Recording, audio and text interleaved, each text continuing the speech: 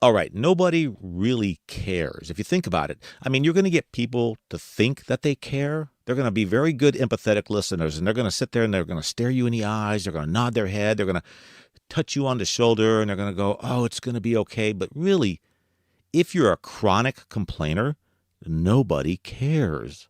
I mean, people get feeling overwhelmed by negativity when they hear complainers. Even complainers are negative, and they don't even realize it. So if you want to improve your relationships, you want to get that feeling of negativity, that overwhelming negativity out of your system, or you just want to enhance your well-being and mental health, this episode's for you. Welcome to Life Unscripted, the podcast that just sucker punches you in the face with the hard truth that life has no script and everything you've been taught is an illusion.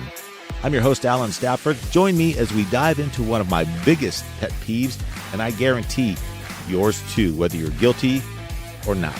Complaining.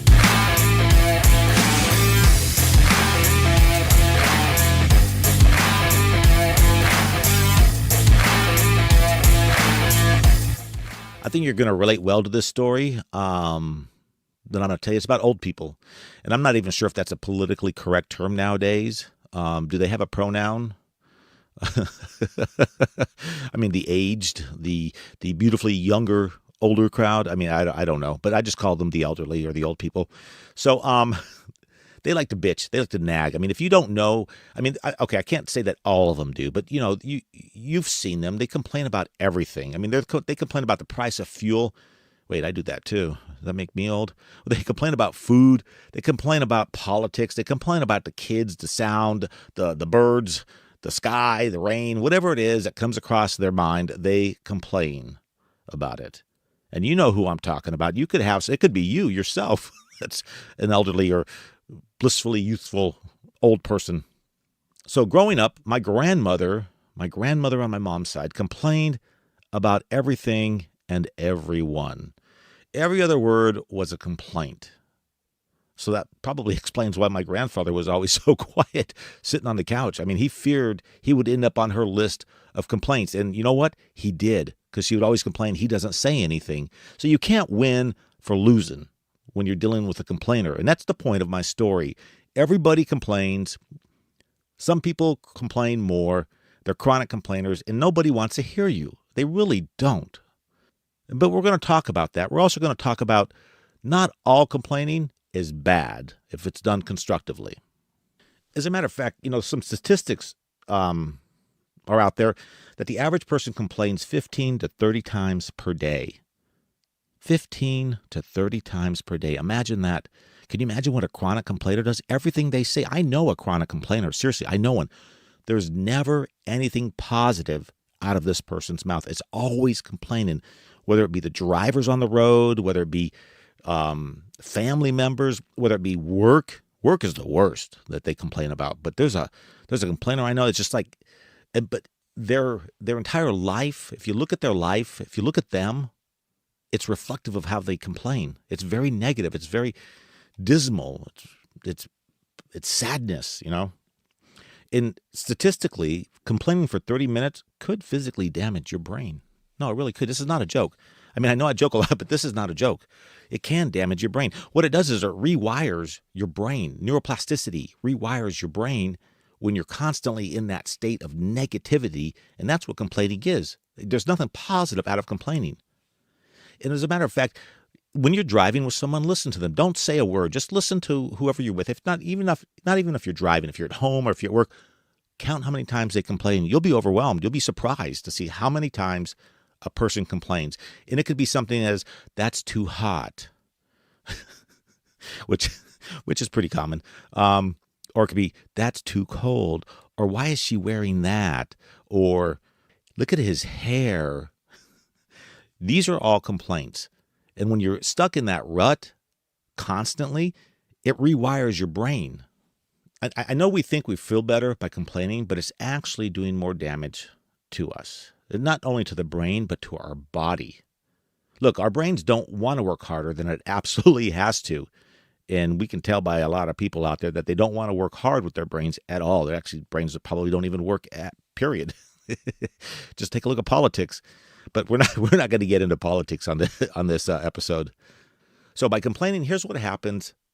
And this is according to a 1996 Stanford study. We've already talked about the 30 minutes and the 30 times a day, but 30 minutes or longer can physically damage the brain, as I said. Complaining can cause the hippocampus, it's a part of the brain, to shrink. And that's the part of the brain that's responsible for learning. It's also responsible for emotions and forming new memories. Think about that, folks. 30 minutes or longer of constant complaining can physically damage your brain. It can rewire it. Now, I know some of you are thinking, well, I don't feel drunk or I don't feel like I got brain damage. Well, if you keep complaining, that's a good sign that you are rewiring your brain. And here's the kicker. The more you complain can cause you to rewire your brain to complain more in the future. So let me say this another way. If you're complaining constantly, that complaining leads to more complaining in the future because you're rewiring your brain to complain. Sounds like the beginning of a rap song. Rewire the brain to complain. And here's another thing about complaining. As I complain about complaining can also cause people to become negativity addicts. So you've heard of sugar addicts, drug addicts, alcoholics. Well, I'm introducing you to the negativity addict. And yes, there's such a thing, which leads to basically black and white thinking, and that's it. There's no gray area. There's no rational. There's no critical thinking. There's no looking at possibility. It's one way or the other. And I'm going to tell you right now, I know you know people like that. They're in your family. They're your friends or your coworkers. They're the guy at the gas station or at the line at the supermarket complaining about something, and it's black and white. You've seen them. You've been exposed to them, and don't deny it. We now understand, as I've been saying this, that complaining rewires the brain if you do it for 30 minutes or more. I don't know. I don't think there's a timer in your head that says, oh, he's hit 30 minutes. Now we're going to start damaging his brain. I think it's just a general rule. Okay, so don't hold me to that 30 minutes. And all of a sudden, I can complain for 29 minutes and I'm going to be fine the rest of the day. No, that's not how it works. And I'm sure some people's brains are affected more quickly than not. But here's something else that complaining does. It doesn't just damage your brain. It impacts your body, your health. When we complain, the hormone cortisol is released into our body. This is also responsible for our fight or flight response. When our fight or flight response is activated, our brain redirects that blood, oxygen, and energy away from our non-essential systems. Repeated complaining results in cortisol being released at higher levels. And you know what that does to us? That puts us at more risk of developing heart disease, high cholesterol, diabetes, obesity, and strokes. And no, I'm not saying every fat person out there is a complainer, but then again, you never know. They might be complainers because they're obese.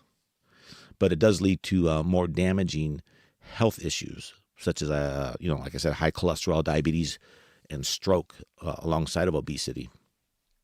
One study published in the Archives of General Psychiatry found that, on average, optimists tend to live longer than pessimists. Pessimist is somebody negative who always thinks negative or talks negatively, just in case you didn't know. Optimists were found to have a 55% lower risk of death across all causes and were 23% less likely to die of heart disease. So look at folks, if you cut out red meat, if you eat like a vegan and you don't complain, you're going to live forever. Well, I don't know about that. But if you reduce the complaining, the chronic complaining, then you can improve your health.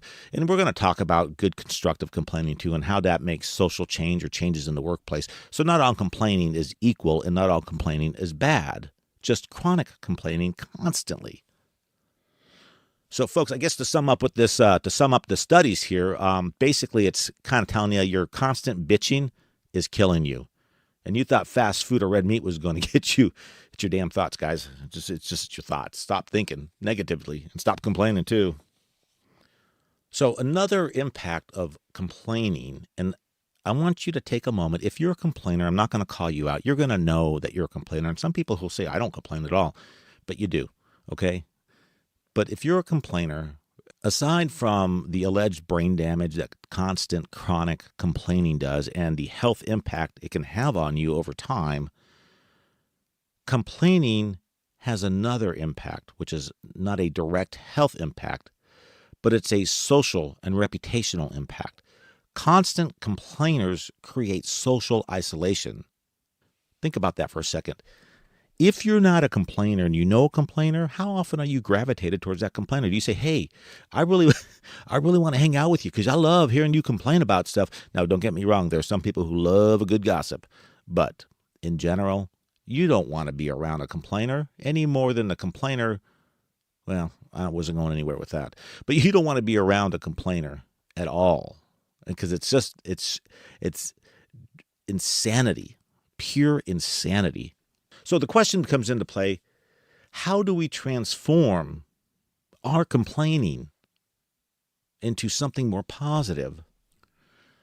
All right, so as I mentioned earlier in the segment or earlier in the podcast, that not all complaining is bad. I mean, there's actually some good that comes about complaining. Like Steve Jobs, he was the former CEO who passed away of Apple. He complained. He was a perfectionist, but his complaining about imperfect products in his mind led to great innovations, led to the iPod, led to the iPhone, led to the iPad. So not all complaining is bad in that case. Also, if you take a look at it, it can bring about social change. I mean, good constructive complaining like Greta Thunberg. I think it's Greta Thunberg, the young activist, the environmental activist constantly complaining about the humans' impact on the environment. That brings about good social change. It doesn't necessarily translate. Now, some people are going to think, oh, she needs to stop complaining. She's just a little kid, blah, blah, blah. But the reality is, it doesn't matter. Any activist out there complaining, if they're doing it constructively, brings about social change. And even in the workplace, if you take a look at the workplace, employees who complain, for example, they don't have a good lunchroom, enough complaining will bring about a change within the organization. If the organization values their employees, they'll create a lunchroom, or they'll create a policy to have free lunch once a month, or whatever the case might be. And I know you probably have been in that situation where people at work have complained about something and have made a change. So all that complaining is fine. That's good constructive complaining. It's not chronic. It's not ongoing unless they're trying to make a change. But the chronic complaining is the part that's doing the damage to humanity itself, to people itself. So then we come up to the question about how do we transform our complaining? I mean, can we stop cold turkey? Is it like stop smoking, stop drinking, stopping drugs? I don't even think you can just stop those cold turkey. You got to have some assistance, right? So let's go through some of the steps on how we can help you become less complaining. And don't worry, folks, if you're not the complainer, I'm going to give you some tips on how you can help people who are complainers in your life. That'll be coming up later on. So first and foremost, here's the thing. You have to recognize that you're a complainer. Self-awareness. Not everybody has self-awareness. I guarantee you. Go ask. I bet you know somebody right now that if you said, hey, you're a chronic complainer, they're going to go, oh, I'm not a chronic complainer. You're the chronic complainer. I don't complain at all. You're the one always complaining. Yeah. So you're going to come across people like that. But here's the thing. If you're the complainer, recognize that you're the complainer. Recognize that you have this problem. You can read people's body language. You can tell if they're interested, and most of the time they're probably not. You can tell if you're constantly complaining because it's not positive coming out of your mouth. You might think it's positive, but it's not.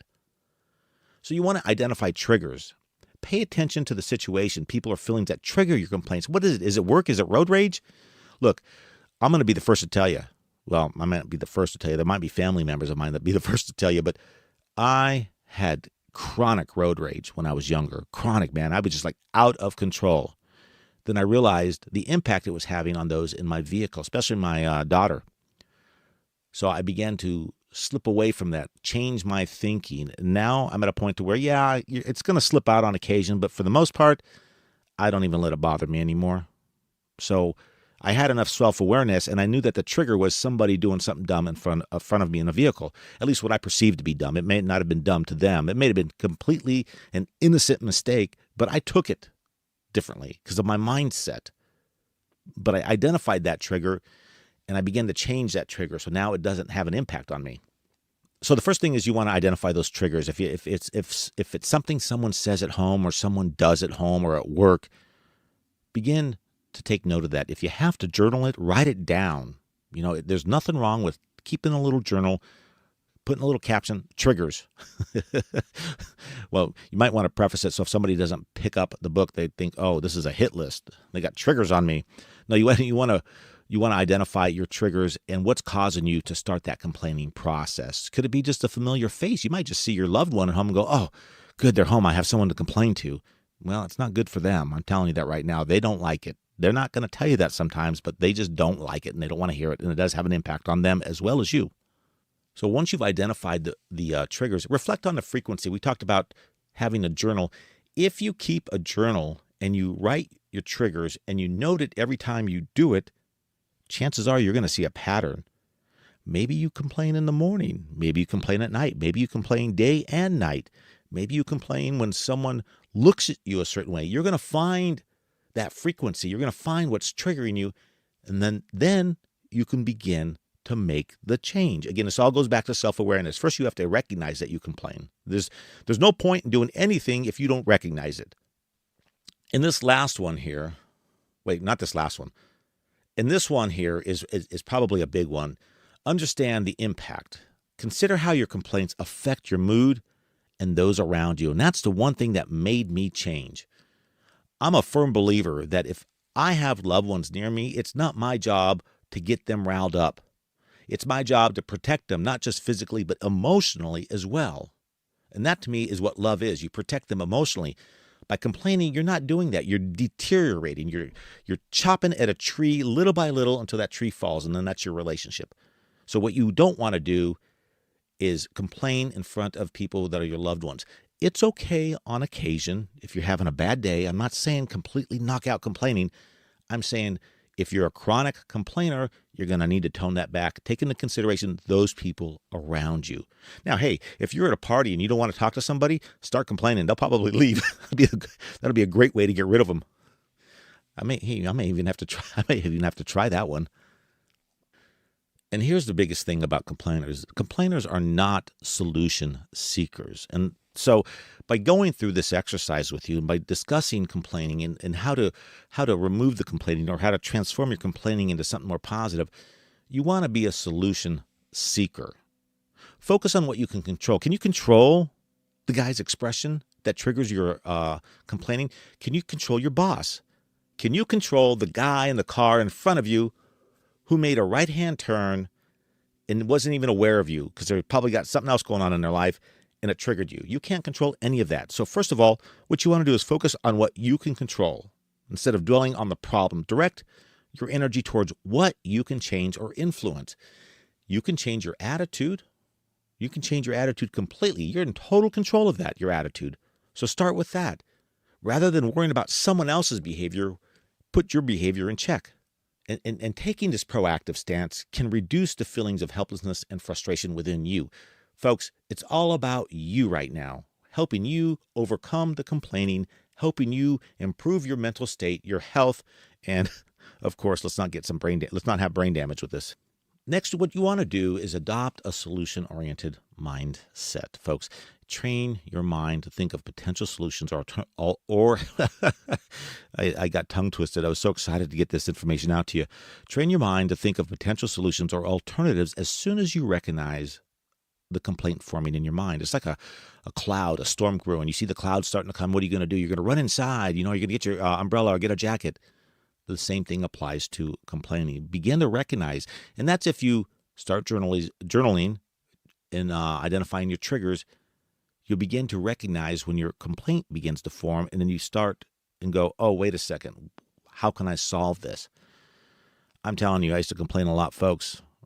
This is why it's one of my biggest pet peeves now. And I learned to train my mind to say, rather than complaining, how can I solve this? What can I do that's in my control that can take charge and solve the problem? And if there's nothing I can do physically, mentally, I can step back and go, I can't solve this. But there's no point in complaining because that's not going to help. It's not going to do anything. It's not even going to make me feel better because in the long run, it's going to hurt my health.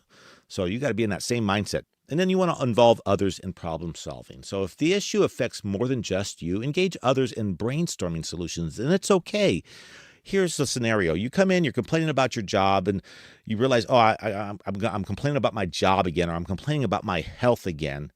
How can I solve this? Well, I can't really change my boss. I can have a conversation with my boss, or I can find another job. As far as health-wise, you can say, well, I'm overweight. What do I do? I can get up and go to the gym. Oh, I don't want to get up and go to the gym. Well, then that's not a solution. Or you can say, I don't want to eat, you see the candy bar, reach for the candy bar, you have a moment of weakness and stop and go, no, I don't want to eat the candy bar. Grab a piece of fruit, grab a piece of vegetable. You're not going to like it at first if you don't eat it, but it's an acquired taste, folks. These are solutions to your problems, to your complaining. And when you involve others in your problem solving, when you're asking and seeking solutions with their help, because you may not have the answers. I don't expect you to have all the answers. I mean, you may not know how to lose weight. You may not know how to find another job. This might be a job you've had for 20 years. Then it's okay to seek the advice of others who've probably been there or know how to do these things. It helps build bridges and also helps with creative problem solving. And it helps train you to see things a different way from another person's perspective. Alrighty, when we come back, I'm going to be talking about how you can express your needs constructively, okay?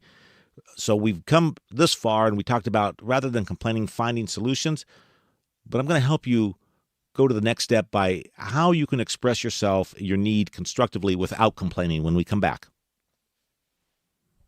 All right, welcome back. I forgot where we were. No, I'm just kidding. I know where I'm at. So express your needs constructively. So we've talked about the damage complaining does so far. We've talked about what you should do or some strategies for you to employ when you realize you're the complainer and you want to change. You want to make that transformation from complainer to solution seeker, okay? Now, let's talk about how you can express yourself in the process. Because if you don't know how to express yourself, you're still going to complain, and you're not solving the problem. I mean, you might complain once or twice, but, most people will keep complaining, and they're not solving the problem. So part of that transformation is to solution seeker from complainer is to better understand how to express yourself. So the first thing is, and I know you've heard this before, use I statements. Because when you use you statements, you're becoming accusatory of someone else, and that's not going to set well with them, and that's not even going to lead to any sort of bridge building or resolution. That's going to lead to probably another argument. So as I said, use I statements, okay? This communicates your feelings and needs without blaming others, as we just mentioned. So for example, you want to say, I feel frustrated when blah, blah, blah, instead of saying, you always make me feel. Because again, remember what I said earlier? That is a primer for an argument, because what you're doing now is you're throwing that onto the other person, and they're going to be defensive, like, oh, no, wait a second, that's not my problem, buddy. You also want to be specific and clear. You want to clearly articulate what is bothering you. And I know some people have a hard time with expressing themselves, but you're going to have to rise above it.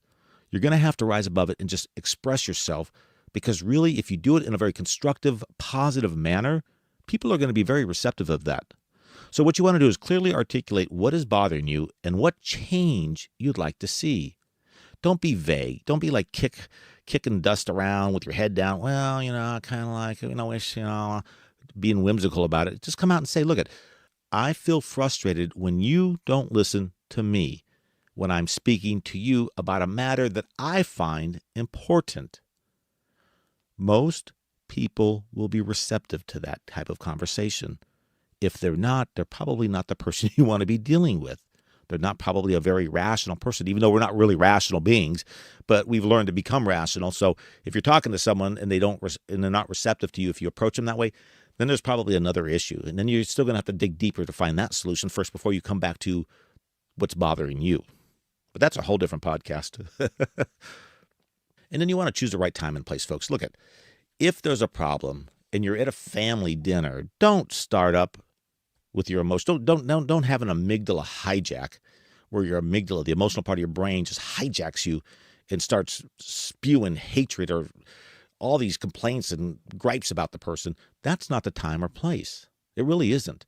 Because what it does is it brings everybody's mood down in a time where people want to be uplifted. Okay? So choose the right time and place to address your concerns. So this might have to wait. So you might have to learn a little bit of patience. So let's go to a scenario. Let's say you're at a dinner party with your family and friends, and all of a sudden, Aunt Betty is there. Aunt Betty's everywhere, but Aunt Betty's at this party, and Aunt Betty says something that triggers you, and then you're going to start complaining about it.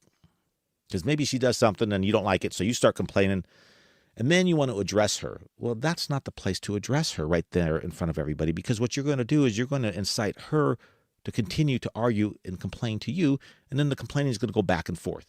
So what you want to do, you could ask her nicely if you can come to another room where we can have a private conversation, if you want to address it there, or you can address it after the party, whatever you feel comfortable with, but at least find the right time to do it. Don't say, hey, Aunt Betty, you're eating your dinner right now. Let's get your butt up and let's go upstairs and talk about this, because that's not what I'm talking about, for the right time and place, okay?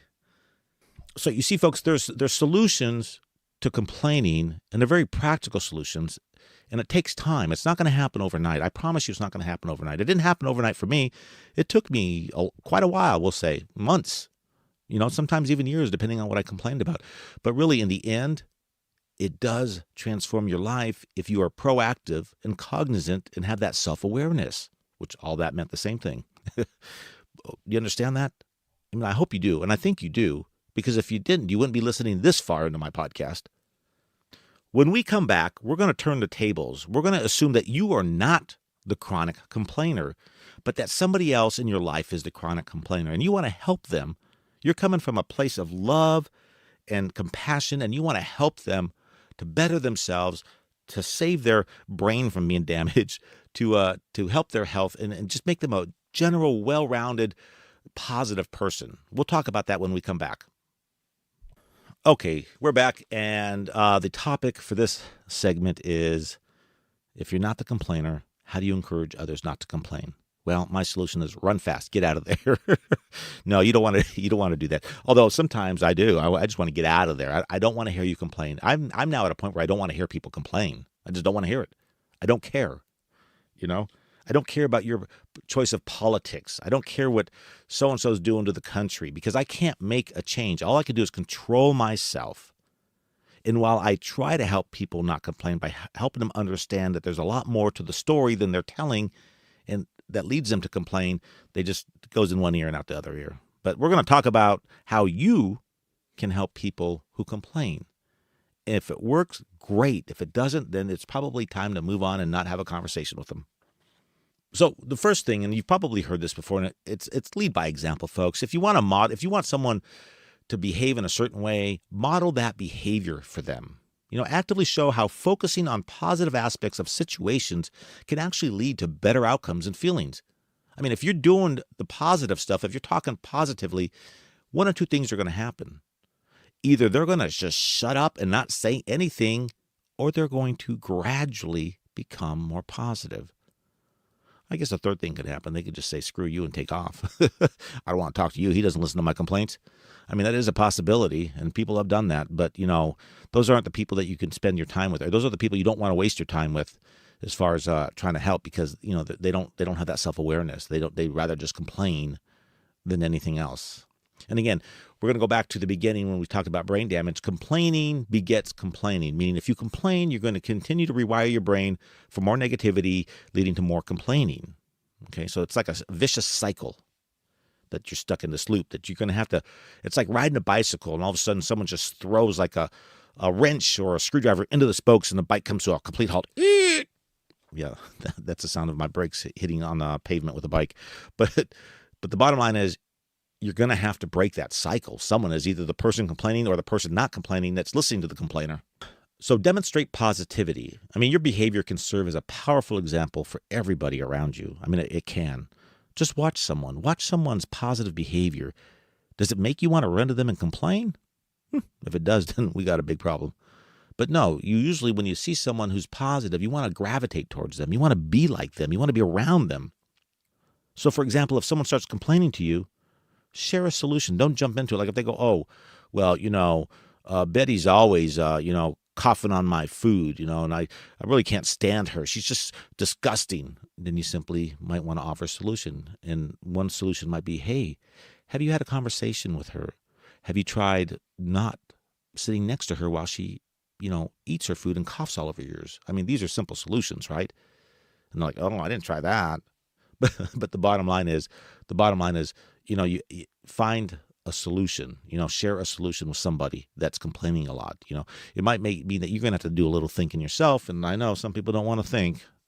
And here's a big one, and it's not easy for everybody, but reflect on your responses. What you want to do is be mindful of how you react to others' complaints. Offer sympathy or empathy.